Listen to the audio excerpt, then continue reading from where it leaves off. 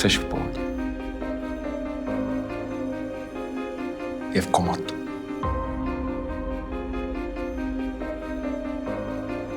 Vážně si ho chci vzít domů.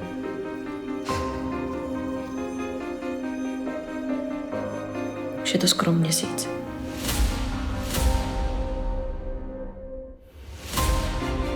Tam leží.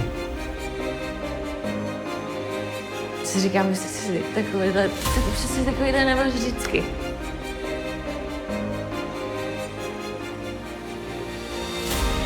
Víš, jak je to strašně nebezpečné? Víš, jak je to strašně náročné starat se o člověka v tomhle stavu? Romane, já půjdu večer ven. Nemohl bys přijet? Prosím.